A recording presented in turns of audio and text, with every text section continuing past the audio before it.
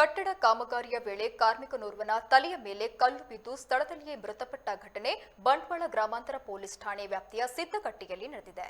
ಸಿದ್ದಕಟ್ಟೆ ಮಂಚಕಲ್ಲು ನಿವಾಸಿ ಸೇಸಪ್ಪ ಗೌಡ ಅವರ ಮಗ ರಮಾನಂದ ಗೌಡ ಮೃತಪಟ್ಟ ದುರ್ದೈವಿ. ಸಿದ್ದಕಟ್ಟೆ ಸಮೀಪದ ಸಂಗಬೆಟ್ಟು ಎಂಬಲ್ಲಿ ನೂತನ ಮನೆ ನಿರ್ಮಾಣ ಕಾಮಗಾರಿಯ ವೇಳೆ ಮೇಸ್ತ್ರಿ ಕೆಲಸ ಮಾಡ್ತಾ ಇದ್ದ ಕಟ್ಟಡದ ಮೇಲಿನ ಭಾಗದಿಂದ ಕಲ್ಲು ಬಿದ್ದ ಪರಿಣಾಮ ಕೆಳಭಾಗದಲ್ಲಿದ್ದ ರಮಾನಂದ ಅವರ ತಲೆಗೆ ಗಂಭೀರ ಸ್ವರೂಪದ ಗಾಯಗಳಾಗಿ ಸ್ಥಳದಲ್ಲಿಯೇ ಮೃತಪಟ್ಟಿದ್ದಾರೆ. ಇನ್ನು ಘಟನಾ ಸ್ಥಳಕ್ಕೆ ಬಂಟ್ವಾಳ ಗ್ರಾಮಾಂತರ ಎಸ್ಐ ಪ್ರಸನ್ನ ಹಾಗೂ ಸಿಬ್ಬಂದಿಗಳು ಭೇಟಿ ನೀಡಿ ಪರಿಶೀಲನೆ ನಡೆಸಿ ಪ್ರಕರಣ ದಾಖಲಿಸಿಕೊಂಡಿದ್ದಾರೆ.